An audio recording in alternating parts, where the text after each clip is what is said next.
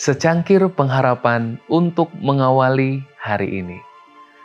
Renungan pagi 13 Agustus memasuki tahun 1888. Wahyu 13 ayat 11. Dan aku melihat seekor binatang lain keluar dari dalam bumi dan bertanduk dua sama seperti anak domba, dan ia berbicara seperti seekor naga.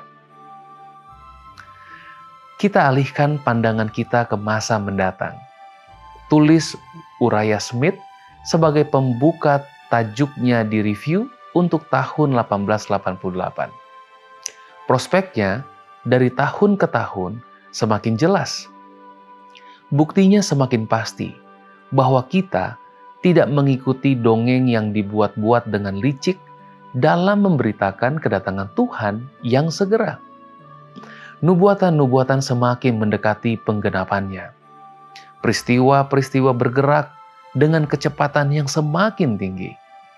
Firman Tuhan menunjukkan kebenaran yang nyata dan menghibur setiap orang percaya yang rendah hati dengan pemikiran bahwa harapan yang dibangun di atas firman itu tidak akan pernah gagal.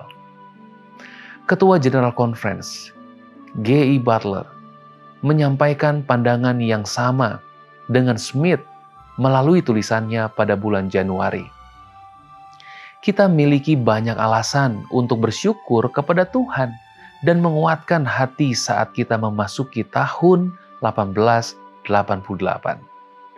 Dengan memperhatikan bahwa Gereja Masehi Advent hari ke-7 tidak pernah mengambil pendirian tentang penafsiran Alkitab yang telah membuat mereka terpaksa harus menyerah. Ia menunjukkan bahwa setiap tahun kita memiliki bukti yang semakin banyak bahwa kita benar dalam penafsiran kita tentang tema-tema nubuatan yang besar yang menjadi ciri khas kita sebagai suatu umat. Pada bulan Januari 1888, A.T. Jones, salah satu editor Sign of the Times, mengambil posisi bahwa peristiwa yang terjadi pada saat itu ketika berkembangnya upaya untuk menyatukan agama dan negara di Amerika merupakan jalur langsung dari penggenapan Wahyu 13 ayat 11 sampai 17, yaitu pendirian patung binatang.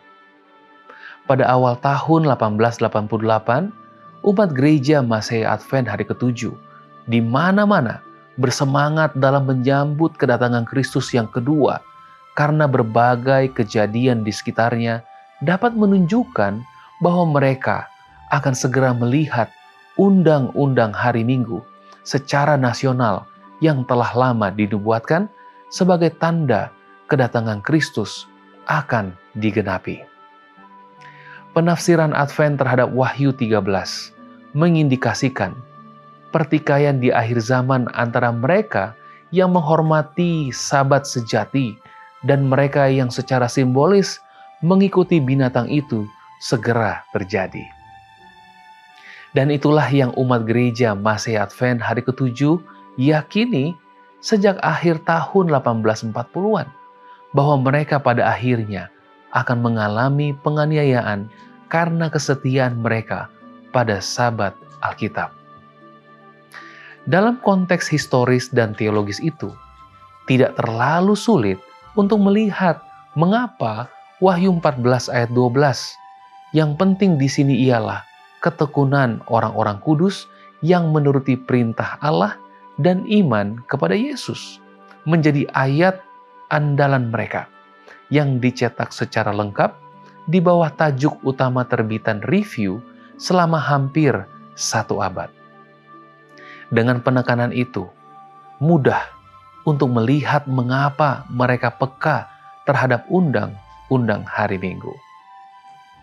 Doa kita hari ini, kami bersyukur kepadamu Tuhan, atas nubuatan Daniel dan Wahyu.